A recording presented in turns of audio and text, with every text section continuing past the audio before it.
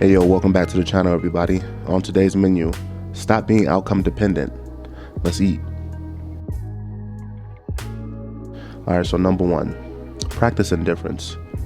The idea that you walk up to a woman and you receive her number and she actually meets up with you and the outcome is in your favor, it's slim. Instead, approach a woman with an open mind.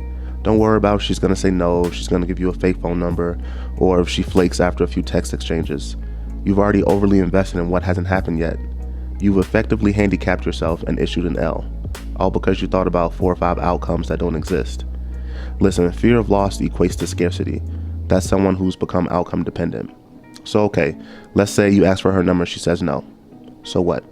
We can only control how we respond to an event, be it good or bad. And in this instance, and based on your perception, you can call this bad. I'm looking at it as a next opportunity. That's what no really means. Besides, why would you want someone who doesn't reciprocate the approach? She's obviously not interested in you, and that's alright. Move along and adjust accordingly. No need to waste time trying to convince her otherwise. You didn't know her that well anyway. She showed low interest, and honestly, does it even matter? Listen, don't disadvantage yourself by overly investing in someone you just met. Become indifferent with your approach, and don't expect an outcome. Alright, so number 2. A lot of y'all need to change y'all's mindset. What did Marcus Aurelius say? Life is best lived in accordance with nature. And there's a lot of truth to that. And not just with women, but in life in general. But since we're talking about dating, let's get into it. A woman's behavior and mannerisms should be recognized and accepted as they are. No need to change them. They can be emotional, indecisive, and oftentimes unaccountable. Can you sometimes coach a woman to be better in these areas? Sure, without a doubt. But I would argue instead of trying to change each woman you encounter, the approach with less of a headache is to just alter your mindset altogether and become more aware of female nature. This way, you can kind of pick and choose who's more or less tolerable to deal with, whose behaviors are more easily manageable, and release those who disrupt your tranquility.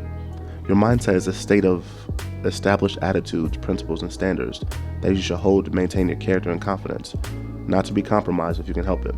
Sometimes that's not going to happen overnight. Instead, it needs to be practiced until it becomes second nature. Don't let something as small as a rejection dictate your entire outlook. Women will be women, and I don't see it changing anytime soon. Fine-tune your mindset and keep it moving. Alright, and lastly, expect no return. Do things because you want to do them without a specific result. You want to hold the door open for someone? Go right ahead, but you can't expect someone to smile or say thank you. This is why it's important to live life on your own terms and allow people in who show a genuine interest.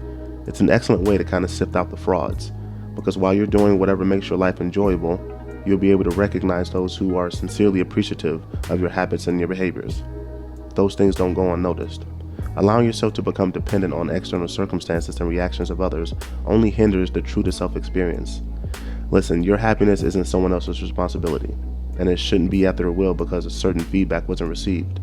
Confidence is a sure feeling of yourself and abilities, not an outcome that's out of your control. Alright y'all, that's the story for this episode. Leave a comment down below. Have you experienced an outcome dependency? How did you handle it? Like and share the video, and I'll catch y'all at the next episode. Peace.